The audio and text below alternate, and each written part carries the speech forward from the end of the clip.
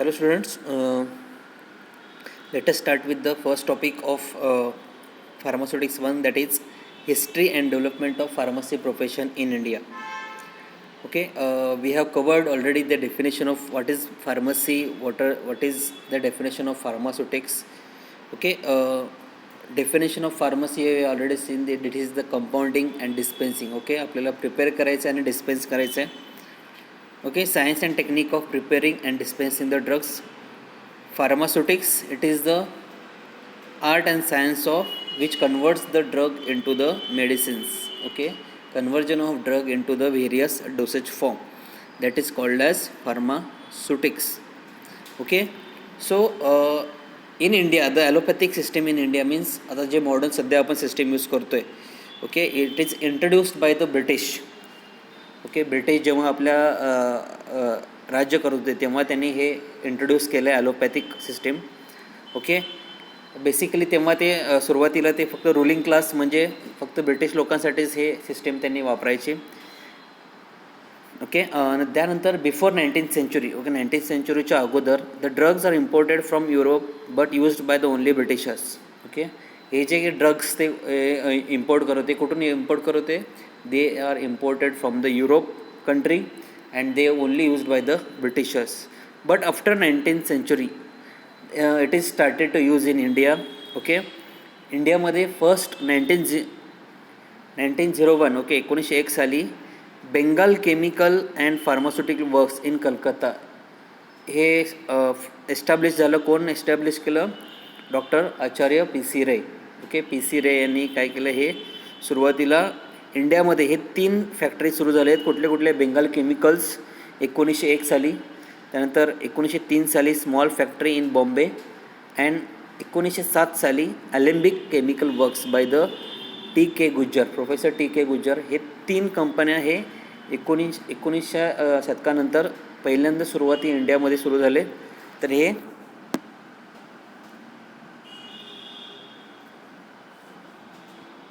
these 3 companies. Okay, then the first world war started. The import has banned due to the world war. Okay, world war झाला सुरू झाल्यानंतर ते import थांबलं. But after the end of world war they started the import of medicines. Okay, so जेव्हा drug imports करायला लागले बाहेरच्या देशातून, पण ते ड्रग्स कसे झाले की क्वालिटी त्याची बरोबर नव्हती, रॉ मटेरियल प्रॉपर नव्हते, मेडिसिन्स बरोबर नव्हते. त्यामुळे काय केलं की drugs enquiry committee DEC is placed. Okay, त्यांनी काय केलं की त्याच्यावरती एन्क्वायरी कमिटी बसवली, ड्रग एन्क्वायरी कमिटी त्याला म्हणतात, 1930 साली. ओके, त्याचे चेअरपर्सन होते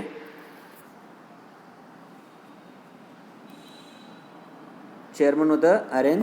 चोप्रा. ओके, त्याच्यामध्ये त्यांनी प्रॉब्लेम्स आणि मेजर्स टू बी टेकन हे सगळं अभ्यास केलं आणि त्याचा रिपोर्ट त्यांनी 1931 साली दिलं. त्या रिपोर्टमध्ये त्यांनी म्हटलं की no recognize specialize profession of pharmacy. Okay, pharmacy ही रेग्युलेट करण्यासाठी कुठलं सेपरेट प्रोफेशन नाही आहे. तर त्यांनी सुरुवातीला तिथं रिपोर्टमध्ये म्हटले की एक सेपरेट प्रोफेशन पाहिजे जे ड्रग्सवरती कंट्रोल राहील त्यांचं. आणि 1932ला okay professor M.L. Shroff, okay, आपल्या ज्या इंडियामध्ये फादर ऑफ फार्मसी ज्याला ओळखलं जातं, ओके, फर्स्ट त्यांनी काय केलं की father of M.L. Shroff, okay, त्यांनी बनारस युनिव्हर्सिटीमध्ये एक छोटंसं फार्मसी डिपार्टमेंट त्यांनी फर्स्ट इंडियामध्ये स्टार्ट केलं. ओके, त्यानंतर त्यांना जे वर्ल्डमध्ये आपण फादर ऑफ फार्मसी म्हणतो ते त्याचं नाव आहे William Procter. Okay, father of pharmacy in India कोण आहेत? Professor M.L. श्रॉफ. आणि father of pharmacy in the world is known as William Procter. Okay, so त्यांच्यापासून फार्मसीची ओळख इंडियामध्ये व्हायला लागली. त्यांनी इंडियामध्ये हळूहळू एज्युकेशन स्टार्ट केलं. Okay, beginning of pharmaceutical education in India like B.Pharm course त्यांनी सुरुवात केलं. नंतर 1935ला Indian pharmaceutical association to upgrade the profession. Okay, Indian pharmaceutical असोसिएशनची स्थापना झाली, ज्या कमिटीमध्ये फार्मसी रिलेटेड प्रोफेशनचे लोक एकत्र येऊन प्रोफेशन कसं अपग्रेड करायचं याचं त्यांनी चर्चा करू लागले, डिस्कस करू लागलेत. आणि 1939ला इंडियन जर्नल ऑफ फार्मसी एक बुक त्यांनी तयार केलं. कोण तयार केलं की M L Shroff. M L श्रॉफने इंडियन जर्नल ऑफ फार्मसी, त्याच्या रेग्युलेशन्स, कुठले कुठले मेडिसिन्स, तर त्याबद्दल त्यांनी काय केलं, एक जर्नल तयार केलं, that is Indian journal of pharmacy. त्यानंतर 1940ला all India pharmaceutical congress association, okay, IPC, Indian pharmaceutical congress. आता काय होतं की दरवर्षी आता हे यावर्षी मागच्या वर्षी झाले 68th IPC meeting was conducted at the Andhra Pradesh. Okay, हे दरवर्षी काय होतं की जे काही फार्मसीमधले दिग्गज आहेत ते एकत्र येतात, नवीन नवीन टेक्नॉलॉजी, नवीन नवीन मेडिसिन्स, नवीन नवीन मॉलिक्यूल याबद्दल एक कॉन्फरन्स ठेवलं जाते, that is called as Indian pharmaceutical congress. Okay, this congress meeting is conducted every year. Then 1940लाच एक ड्रग ॲक्ट तयार झाला, आपण त्याला म्हणतो drug and cosmetics act 1940, to regulate the import, manufacture and sale, हे कंट्रोल करण्यासाठी 1940ला एक ड्रग ॲक्ट तयार करण्यात आलं. देन 1941ला DTAB आणि CDL. तर DTAB म्हणजे काय, ड्रग्स टेक्निकली ॲडवायझरी बोर्ड, आणि CDL म्हणजे सेंट्रल ड्रग लॅबोरेटरी एस्टॅब्लिशमेंट करण्यात आली. ओके, जेणेकरून मॉडिफिकेशन करण्यात फार्मसी प्रोफेशनमध्ये मॉडिफिकेशन व्हावं यासाठी त्यांनी हे 2 कमिटी तयार केलं. नंतर 1944ला पंजाब युनिव्हर्सिटी त्यामध्ये काय झालं की नवीन फार्मसी कोर्सेस सुरुवात व्हायला लागली. 1947ला अहमदाबादला एक कॉलेज सुरू झालं. ओके, देन 1945ला drugs rule under the act 1940, म्हणजे काय, शेड्यूल A पासून शेड्यूल Z सगळे प्रत्येक ड्रगचं कॅटेगरी करण्यात आलं की GMP, गुड मॅन्युफॅक्चरिंग प्रॅक्टिसेस, जे नार्कोटिक ड्रग्ज आहेत ते वेगळे, जे पॉयझनस ड्रग आहेत ते वेगळे, जे इंडस्ट्रीसाठी वापरण्यात येते ते वेगळे, जे डॉक्टर प्रिस्क्राईब करतात ते वेगळे. ओके, प्रत्येक ड्रगचं कॅटेगरी करण्यात आली. That is formed in 1945. Okay, आणि 1946ला इंडियन फार्माकोपियल लिस्ट, म्हणजे काय, आतापर्यंत ब्रिटिश फार्माकोपिया यूज करत होतो, आता 1946ला इंडियन फार्माकोपिया, म्हणजे काय, इंडियामध्ये जे काही ड्रग मॅन्युफॅक्चर होतात त्याची लिस्ट हे कोण तयार केलं, त्याचे चेअरपर्सन कोण होते, त्याचे RN चोप्रा. त्यानंतर 1948ला pharmacy act 1948 by doctor BN Ghosh. यांचं काय रिस्पॉन्सिबिलिटी होती की publication of various edition of pharmacopoeia. तिथून 1948पासून काय झालं की नवनवीन फार्माकोपिया, जसे नवीन ड्रग ॲड होत गेले, ते नवीन ड्रग्स प्रत्येक वेळेस काय करणं, जेव्हा आत्तापर्यंत 18 एडिशन पब्लिश झालेत. ओके, तर प्रत्येक एडिशनच्या वेळेस नवीन ड्रग त्यातमध्ये ॲड होत गेले. आणि 1949ला PCI फॉर्म झाली. Okay, pharmacy council of India, जे मिनिमम क्वालिफिकेशन फार्मसिस्टसाठी लागणारं जे काही रूल्स अँड रेग्युलेशन तयार करतं, that is pharmacy council of India. Okay, sir हे हिस्ट्री ऑफ फार्मसी होतं. त्यानंतर फार्मसीमध्ये जर करिअरचे ऑप्शन्स आपण बघितले तर हे TPSमध्ये दिले.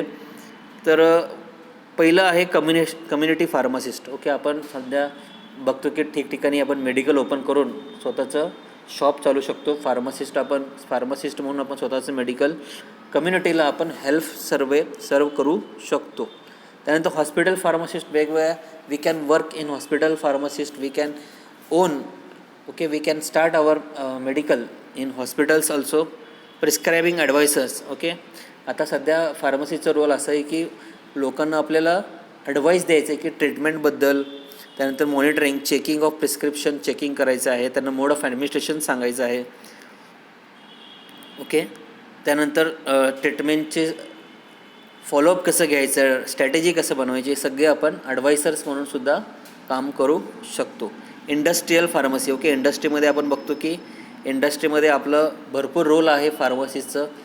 इंडस्ट्रीमध्ये वेगवेगळे डिपार्टमेंट असतात, production, quality assurance, quality control, packaging, त्याच्यामध्ये आपण वेगवेगळ्या पोस्टवर काम करू शकतो. रिसर्च अँड डेव्हलपमेंट, आपण जर समजा तुम्हाला रिसर्चमध्ये इंटरेस्ट आहे तर तुम्ही रिसर्चमध्ये सुद्धा नवीन मॉलिक्युलचर फाइंड आउट करण्यासाठी पेटंट वगैरे जर तुमच्याकडे तुमच्या आयडिया असेल तर तुम्ही ते रिसर्च अँड डेव्हलपमेंटसुद्धा काम करू शकता. तर मॅन्युफॅक्चरर अँड क्वालिटी ॲश्युरन्स तुम्ही आत्ता म्हटलं की प्रत्येक जे काही क्वालिटी इंडस्ट्रीमध्ये असतं ते प्रत्येकाचं व्हॅलिडेशन करायचं, चेकिंग करायचं, हे काम कुठं असतं? क्वालिटी ॲश्युरन्समध्ये. ड्रग इन्फॉर्मेशन द्यायचं, जे काही हेल्थ प्रोफेशन किंवा पब्लिकला ड्रग्जबद्दल माहिती देणं हे सुद्धा काम असतं. क्लिनिकल ट्रायल्स मी तुम्हाला म्हटले की आय टी सेक्टरमध्ये जॉब्स आहेत. आय टी सेक्टरमध्ये आपल्याला जनरली ड्रगचे साईड इफेक्ट्स, ड्रगचे ॲडव्हर्स ड्रग रिॲक्शन, हे क्लिनिकल ट्रायल्स आणि पोस्ट मार्केटिंग सर्वेलन्स. ओके, एखादं ड्रग जेव्हा मार्केटमध्ये आल्यानंतर साईड इफेक्ट वगैरे काय आहेत का, किंवा मार्केटमध्ये येण्याच्या अगोदर त्याचं जे काही क्लिनिकल ट्रायल्स केले जातात, ओके, त्याच्यासाठी पण आपल्याला तिकडे जॉब आहेत. फार्मास्युटिकल सेल्स आणि फार्मास्युटिकल मार्केटिंगसुद्धा आपल्याला मार्केटिंग आपण बघतो की MR म्हणून आपल्याला ते जॉब करता येतात. पेशंट काउन्सिलर म्हणून आपल्याला पेशंटला सर्व माहिती देता येतं. ओके, होलसेल डिस्ट्रीब्युशन, होलसेलर आपण स्वतःचं सुरू करू शकतो, तिथं होलसेल स्टार्ट करू शकतो. क्लिनिकल रिसर्चमध्ये आता मी म्हटल्याप्रमाणे तुम्हाला एखाद्या ड्रगचं तुम्हाला बायोअवेलेबिलिटी म्हणजे किती ते पोटंट आहे, किती इफेक्टिव्ह आहे, त्याचे किती साईड इफेक्ट आहे, ते सगळं आपल्याला ते रिसर्चमध्ये कळतं आहे. हेल्थ इन्शुरन्स, लोकांना वेगवेगळे हेल्थ रिलेटेड इन्शुरन्स घेण्यासाठी आपण ॲडवाईस करू शकतो. जर्नलमध्ये स्वतःचं जर्नल आपण तयार करू शकतो. जर्नलमध्ये आपण रायटिंग करू शकतो. जर तुमच्याकडे जर कंटेंट रायटिंग चांगलं व्यवस्थित असेल तर तुम्ही त्याच्यामध्ये पण सुद्धा काम करू शकता. आणि शेवटी ॲकॅडमिक्समध्ये पण तुम्ही टीचिंग, रिसर्च आणि ट्रेनिंगमध्ये फोकस करू शकता. ओके, त्यानंतर इंट्रोडक्शन टू द फार्माकोपिया. तुम्हाला सांगितलं पण की फार्माकोपिया एक पुस्तक आहे. त्या पुस्तकामध्ये प्रत्येक ड्रगचं आणि मेडिसिनचे जे काही लिस्ट असते त्या फार्माकोपियामध्ये मेन्शन केलेलं असतात, जे काही इंडियामध्ये मॅन्युफॅक्चर झालेले आहेत.